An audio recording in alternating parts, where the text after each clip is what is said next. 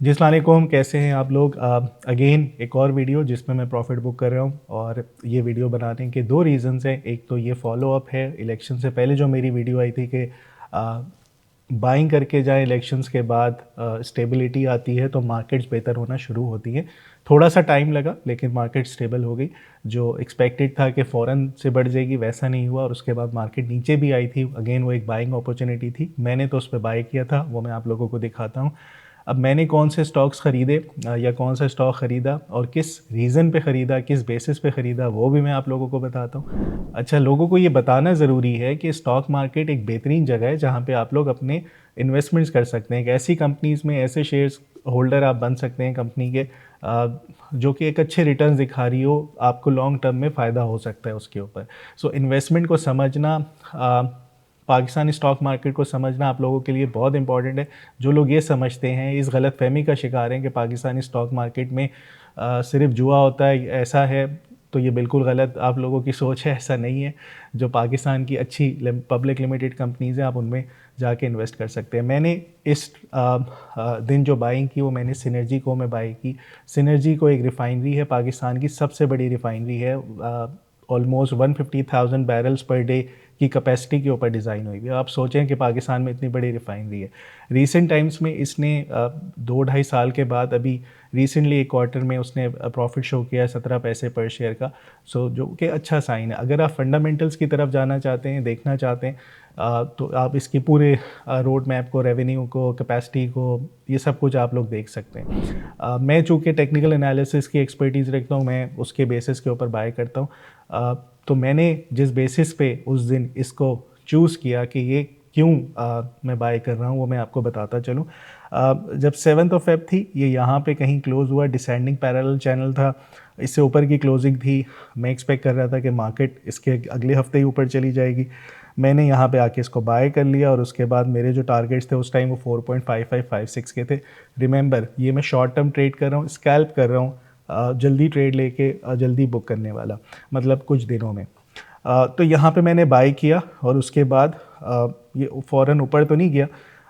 फिर ये नीचे आना थोड़ा सा शुरू हो गया। 2-3 दिन स्ट्रगल की, मार्केट में प्रेशर रहा, और ये जो डिसेंडिंग पैरेलल चैनल की सपोर्ट थी यहाँ पर, उसने एग्जैक्टली उसको टेस्ट किया और फिर बाउंस करना शुरू कर दिया। अब अगर आप टेक्निकल्स को थोड़ा समझते हैं तो मैंने पहले इस ब्रेकआउट पे बाय किया 4.29 समथिंग पे, और उसके बाद जहाँ पे लोग पैनिक कर रहे थे, डर रहे थे कि यार बहुत बुरे हालात हैं, पता नहीं इलेक्शंस के बाद क्या हो गया, वहाँ वही बाइंग अपॉर्चुनिटी थी। 13 फेब को जब मार्केट शदीद प्रेशर में थी और जिस दिन सिनर्जी ने लो लगाया, उस दिन मेरी बाइंग भी थी, और मैं और ज़्यादा स्टॉक्स खरीदना चाह रहा था, लेकिन वो वॉल्यूम्स ड्राई थे। इसका ये मतलब है कि सेलर्स का प्रेशर एब्जॉर्ब हो चुका था और इसने बढ़ना था। जहाँ पे लोग पैनिक कर रहे थे वहाँ पे बाइंग करने की ज़रूरत थी। सो मैंने बाई की, और मैंने तकरीबन 10 लाख शेयर्स ये बाई की, और मेरी एवरेज बनी 4.28 की। 2 मैंने फ्यूचर कॉन्ट्रैक्ट में बाई किया फेब में। 1-2 हफ्ते के बाद ये मेरे अकाउंट में पैसे पड़े हुए थे, तो ये फ्यूचर कॉन्ट्रैक्ट ख़त्म हो गए, मेरे पास ये रेगुलर रेडी शेयर्स में आ गए। तो 4.28 की एवरेज थी। अभी थोड़ी देर पहले मैं आपको वीडियो दिखाता हूँ। चलें जी, ये अब हम बेचने लगे हैं 6 लाख शेयर, 4 रुपये 55 पैसे पे।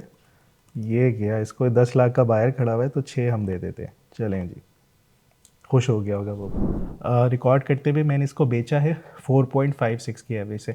तो तकरीबन कॉस्ट वगैरह निकाल के इस 10 लाख शेयर्स के ऊपर मुझे 2 लाख के करीब प्रॉफिट हुआ होगा।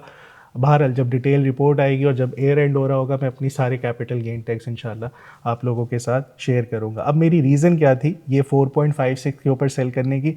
यहाँ पे एक रेजिस्टेंस लेवल था, और इसको इसने आगे टेस्ट करने के बाद 1-2 दिन रिजेक्शन ली, और आज जो था बड़े अच्छे वॉल्यूम्स के साथ क्लोजिंग इससे अच्छी ऊपर आई है। जहां मैंने बेचा उससे थोड़ा सा ऊपर चला गया, लेकिन कोई बात नहीं, अल्हम्दुलिल्लाह जितना मैंने सोचा हुआ था कि मैं स्कैल्प करनी है, एक छोटी ट्रेड करनी है, तो वो एक अच्छी ट्रेड हो गई। बाय द वे, ये मेरे पास और स्टॉक्स भी हैं इसके अलावा, जो मैं दिखा देता हूँ आप लोगों को। मैंने अगस्त में, जिस टाइम मैंने उस टाइम कहा था कि मार्केट यहाँ से इतनी तेज़ हो जाएगी कि लोगों को समझ नहीं आएगी कि हुआ क्या है, वहाँ पे मैंने सिनर्जी भी बाय किया था तकरीबन 3.63 या 65 की एवरेज से। वो वाले स्टॉक्स मेरे पास अभी तक ऑन होल्ड हैं।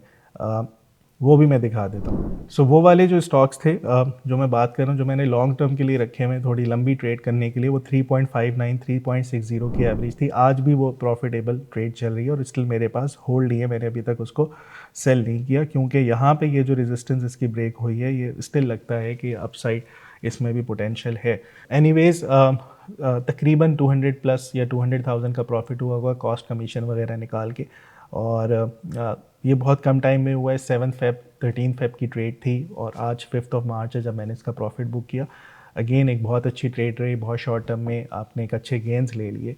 सो जब आपको टेक्निकल्स और थोड़ी बहुत फंडामेंटल्स और पाकिस्तानी स्टॉक मार्केट की समझ हो, तो आप बेहतरीन टाइम पे जाके अच्छे लेवल्स के ऊपर इन्वेस्ट करके और अच्छे लेवल्स पे एग्जिट लेके आप अच्छे प्रॉफिट्स कर सकते हैं। तो ये जो सीरीज़ चल रही है, पहले मैंने पाक इलेक्ट्रॉन के प्रॉफिट्स आप लोगों को बुक करके दिखाए, फिर मैंने 1 जनवरी को अगेन सिनर्जी ही ट्रेड किया था। उस टाइम ये 5 रुपये से ऊपर ट्रेड कर रहा था, उसमें भी प्रॉफिट्स बुक करके दिखाए। अभी रिसेंटली मैंने कल ही एक वीडियो आप लोगों के साथ शेयर की है, उसमें एंग्रो में प्रॉफिट्स करके दिखाए, अगेन अब सिनर्जी के ऊपर प्रॉफिट्स करके दिखाए हैं।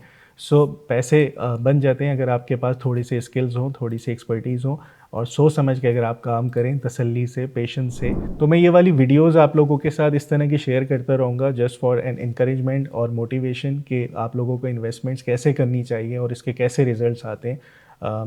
आई होप आप लोगों को वीडियो पसंद आई होगी और इसी तरह की और मैं वीडियोज़ आप लोगों के साथ इंशाल्लाह शेयर करता रहूँगा।